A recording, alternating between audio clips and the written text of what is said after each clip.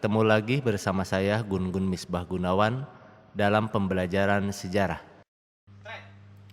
Hari ini kita akan membahas materi tentang pembebasan Irian Barat. Yang menjadi latar belakang masalah terkait dengan masalah Irian Barat adalah salah satu isu politik luar negeri yang terus menjadi pekerjaan rumah Kabinet Republik Indonesia adalah masalah Irian Barat. Wilayah ini telah menjadi bagian Republik Indonesia yang diproklamasikan sejak 17 Agustus 1945. Akan tetapi, dalam perundingan konferensi Meja Bundar tahun 1950, masalah penyerahan Irian Barat ditangguhkan 1 tahun. Makanya Republik Indonesia melakukan berbagai upaya untuk kembali membebaskan Irian Barat. Yang pertama, upaya damai. Upaya yang dilakukan sesuai dengan piagam penyerahan kedaulatan adalah melalui konferensi UNI yang dilakukan secara bergilir di Jakarta dan di Belanda. Yang kedua, mengajukan permasalahan Irian Barat ke sidang Majelis Umum Perserikatan Bangsa-Bangsa.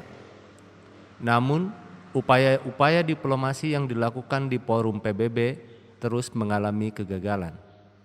Yang ketiga, Indonesia pun kembali mengambil jalan diplomasi aktif dan efektif yang puncaknya dilakukan pada konferensi Asia Afrika. Upaya lain yaitu dengan konfrontasi politik dan ekonomi. Karena jalan damai tidak berhasil mengembalikan Irian Barat, maka pemerintah Indonesia memutuskan untuk menempuh jalan lain, yaitu dengan melancarkan aksi pengambil alihan semua perusahaan milik Belanda di Indonesia. Pada 17 Agustus 1960, Indonesia akhirnya memutuskan hubungan diplomatik dengan pemerintah Kerajaan Belanda. Yang berikutnya, yaitu dengan jalan konfrontasi militer. Setelah upaya merebut kembali Irian Barat dengan diplomasi dan konfrontasi politik serta ekonomi tidak berhasil, maka pemerintah Republik Indonesia menempuh cara lain yaitu melalui jalur konfrontasi militer. Pada tanggal 19 Desember 1961, di depan rapat raksasa di Yogyakarta, mengeluarkan suatu komando untuk berkonfrontasi secara militer dengan Belanda yang disebut dengan Tri Komando Rakyat Trikora. Isi dari Trikora tersebut adalah: 1. Gagalkan pembentukan negara boneka Papua buatan Belanda. 2. Kibarkan Sang Merah Putih di Irian Barat. 3. Bersiaplah untuk mobilisasi umum guna mempertahankan kemerdekaan dan kesatuan tanah air dan bangsa. Dengan dideklarasikannya Trikora, mulailah konfrontasi total terhadap Belanda di Papua.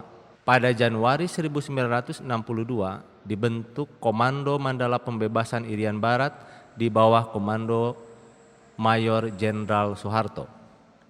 Sebelum Komando Mandala menjalankan fungsinya, unsur militer Indonesia dari Kesatuan Motor Torpedo Boot telah melakukan penyusupan ke Irian Barat. Namun upaya ini diketahui oleh Belanda sehingga terjadi pertempuran yang tidak seimbang di Laut Aru antara kapal-kapal boot Indonesia dengan kapal Belanda. Kapal MTB Macan Tutul berhasil ditembak Belanda sehingga kapal terbakar dan tenggelam. Dalam peristiwa ini memakan korban yaitu Komodor Yos Sudarso yang tenggelam gugur bersamaan dengan tenggelamnya MTB Macan Tutul. Operasi infiltrasi Indonesia berhasil merebut dan menduduki kota Teminabuan. Belanda terpaksa bersedia kembali untuk duduk berunding guna menyelesaikan sengketa Irian Barat ini.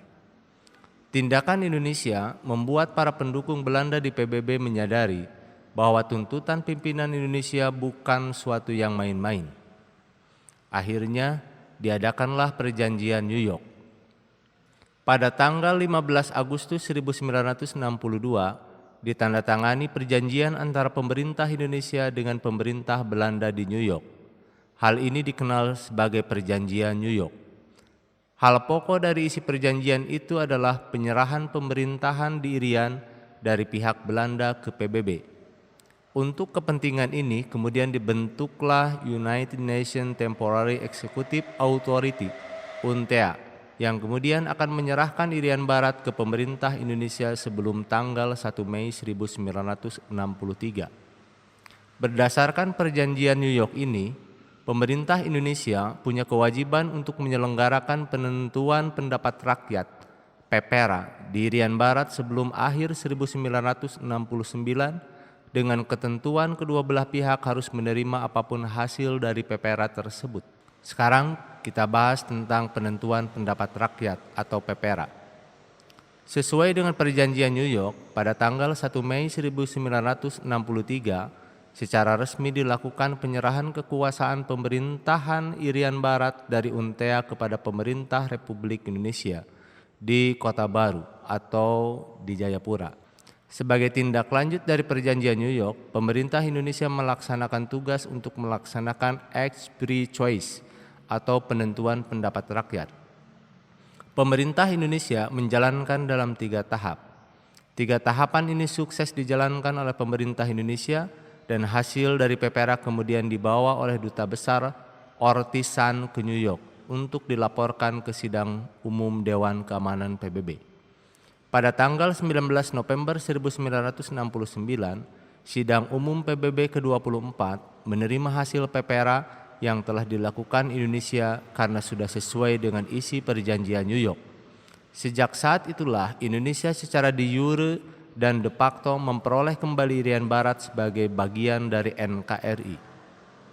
Tindak lanjut berikutnya adalah pemulihan hubungan Indonesia-Belanda yang dilakukan pada tahun 1963 dengan membuka kembali kedutaan Belanda di Jakarta dan kedutaan Indonesia di Den Haag.